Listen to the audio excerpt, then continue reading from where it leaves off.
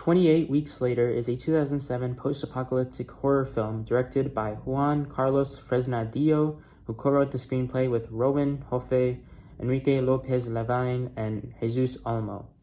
It serves as a standalone sequel to 28 Days Later and is the second installment in the film series of the same name. 6 months after the initial outbreak, the rage virus has devastated nearly the entire population of the British Isles. Believing the threat to be over, the U.S. Army steps in to restore order and initiate reconstruction. As refugees begin to repopulate the area, one unknowingly harbors a terrifying secret. The virus has survived and is now more lethal than ever. All right, so I watched 28 Weeks Later. Of course, I had to watch this film because not only will I be seeing 28 years later, and just like an hour or so, actually I'll be going to the theater to watch that. But I've already watched 28 Days Later, and so this was like the film right in the middle, and it felt sort of necessary for me to watch it. This is as of now, as the reviews are coming in for 28 Years Later, and they're tremendous so far. 28 Weeks Later right now is like the worst reviewed film. Not necessarily so bad it's like horrendous or anything, because I will say right off the bat, 28 Weeks Later is a solid film. But it is like the lowest rating of them of the three. But yeah, I'll start off by saying that 28 Weeks Later, it has new filmmakers, new screenwriters. I think it successfully replicates Danny Boyle's unconventional directorial style that he implemented in 28 Days Later, with the whole shaky cam and camera tilts and different angles and such. I thought they also perfectly replicated Alex Garland's grim vision of the post-apocalyptic Britain setting. And so I totally think, they definitely did justice to sort of the ambience that was created in the first film, and they sort of replicated that successfully in this one.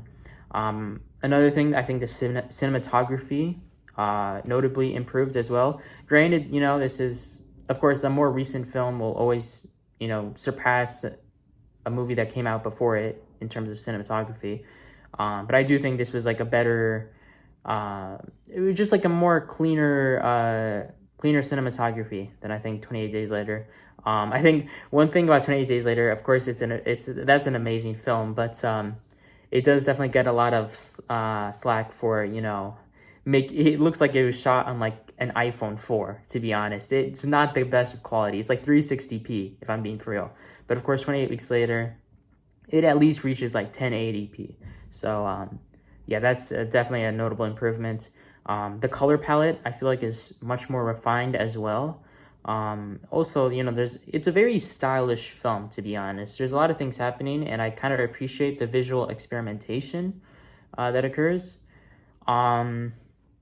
The plot, so the plot overall, I felt enhanced the immersion, to be honest. I was actually really engaged throughout this film. I thought it was really exciting. It's very much gory. It's much more gory than 28 Days Later. But I was thoroughly engaged, and it hit me a couple times with these very unexpected moments that sort of got like, not necessarily like jump scares, but like definitely got a reaction out of me, because how over the top some of the moments were. So yeah, I think this film 28 Weeks Later just maintained high entertainment value throughout. But I will say that there are some implausible elements in this film, two of which that I will point out. The first implausible plot element is the unrealistic zombie behavior. Okay, so obviously, first of all, these zombies are different than, like the Walking Dead zombies. These zombies are like fast, they are quick, they can like climb structures and stuff. They sort of like almost in a way operate like a normal human, but just like faster and quicker, just filled with the rage, of course. But one thing that I just could not buy was that there's one zombie in particular, and this zombie, obviously I won't spoil, but this zombie he's like the main villain boss zombie. This is the integral key zombie. It literally survives all the way till the end, until, you know, whatever happens to it happens. But I don't know how it's just able to track people, I guess. It survives an unsurvivable event, okay? And then it's just able to track people. So I'm not sure if like they just added this element out of nowhere, like, oh, all of a sudden these zombies have memories, because there's actually like you sometimes see things from the perspective of the zombie, and it's just like out of nowhere has like, you know, like memories out of nowhere, like just flashes of the past occurring. So it's like, what do these zombies have like sentimental emotions now? Like, I don't understand. I didn't really understand that. I thought it was just very highly, for what the first movie did, I thought what they added to the zombie was just highly, obviously unrealistic. I mean, it's a zombie movie, but at the end of the day, it just felt so tagged on for no reason. It just made it OP for no reason whatsoever. Another thing, there's this action sequence where a person hangs off a helicopter and just defies physics somehow. Like, okay, so if one person is hanging off a helicopter, that does not necessarily mean that helicopter will tilt. And also, by the way, the person that's hanging on it is by no means, like, this isn't Captain America Civil War, you know, where Steve Rogers, you know, just is able to grab the helicopter that Bucky's on and just like pull him, you know? This is just a regular, normal human being. So I don't know how that helicopter was tilting based off of that one person just, you know, holding on it. But it's just stuff like that just doesn't make sense. Also, there's another moment where someone like, they push a car in order for it to start because, like, the ignition is just not working, or it's sort of like buffering. But I read somewhere online where that only works if, like, the battery is dead or something, or it's like, I don't know, it wasn't accurate how they did it from what I read. And also, to be honest, and when I saw that as well, I was like, is that really how it works? Like, I don't understand how, like, I don't know, to be honest. It was just weird. It just felt, there's a lot of moments here where it's like, oh, it's just too perfect the way things are panning out, you know?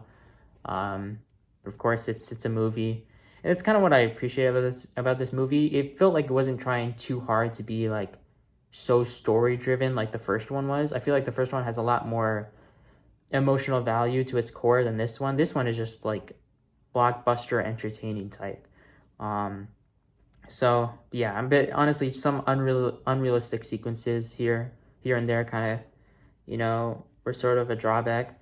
Other drawbacks that I would like to include was that the script, I was not such a big fan of the script, to be honest. Of course, I did my Michael Clayton review like yesterday, and I talked about how the script was, you know, tremendous. I was literally glazing the hell out of the dialogue. And so I'm a person that really appreciates the dialogue. You know, I love writing. I love great writing. The first 10 minutes of this film, my God, I will say the opening sequence is incredible. I think it's been praised as one of the best opening sequences of the 21st century. And honestly, I agree.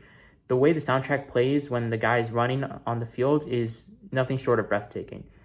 But the script and the dialogue itself, the first 5-10 minutes, I was like, what am I watching? It is so cliche. It's like the type of stuff I would write in, like, middle school or something. It's barely above average by any means. In fact, I would say it's just average. And it's which is kind of like sort of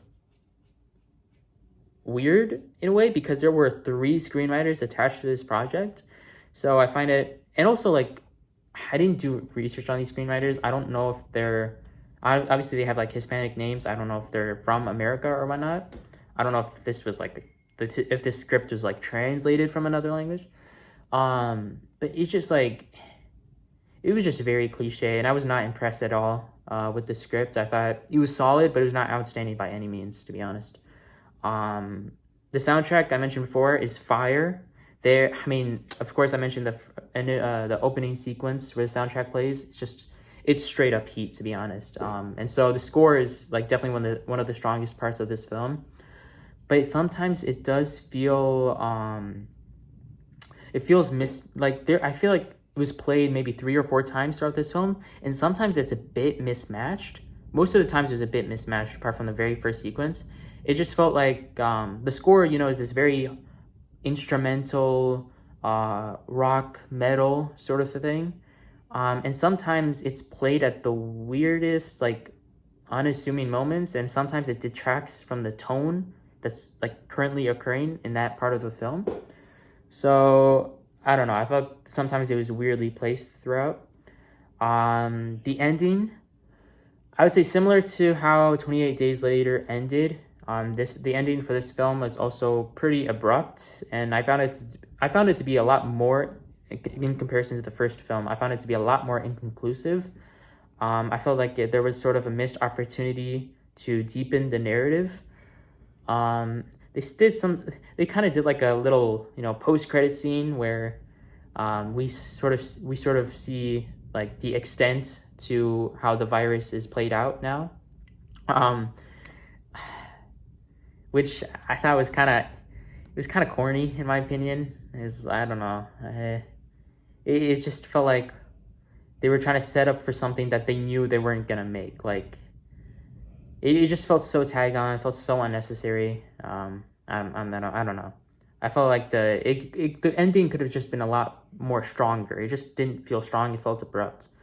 But yeah, I mean, overall, this film, 28 Weeks Later, it remains, I would say, a pretty strong sequel despite the flaws. I would definitely recommend it for horror fans and, genre enthusiasts. If you love, zombie horror, I think you'd definitely love this film, or at least like it, enjoy it. I also think, to be honest, that this movie is definitely best to watch with a group. Like I mentioned before, this film is so much more gory than the first film. And some of the sequences, like some of the killings that the zombies do, are so over the top and so brutal that I think it's just best enjoyed with a group. Because like I was like, reacting, like I was appalled by some of the stuff that was happening, but it didn't feel like entertaining, because I wasn't watching it with a group. So I definitely think this would be better to watch with other friends. Yeah, to be honest. And because this is also not like, it's not a story heavy film. Like the story is kind of lackluster, if I'm being honest.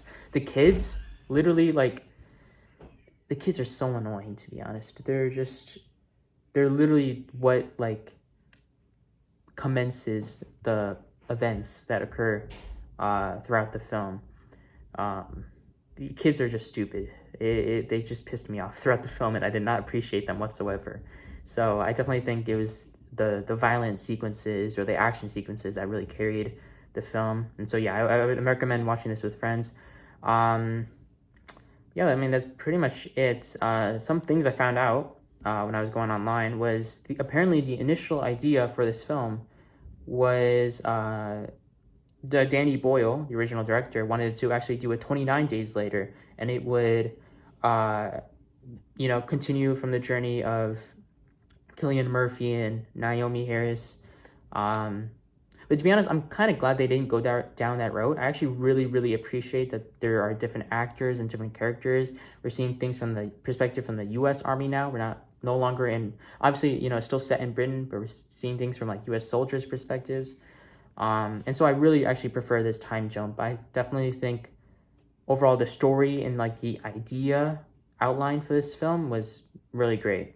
Another thing that I think is worth pointing out is that the actors playing the infected, and I think I mentioned this in 28 Days Later as well, but the actors playing the infected actually come from movement background skills. So they're like in dance, they're in gymnastics, they're in, like the circus or something. So I thought that was just really, really cool.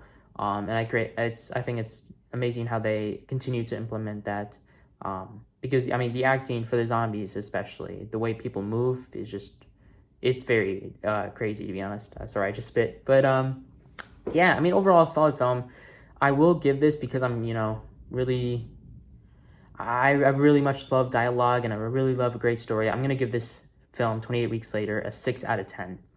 I think there was definitely a lot of room for improvement, but overall, still enjoyed it. But yeah, that's about it. Hope you enjoyed. See ya.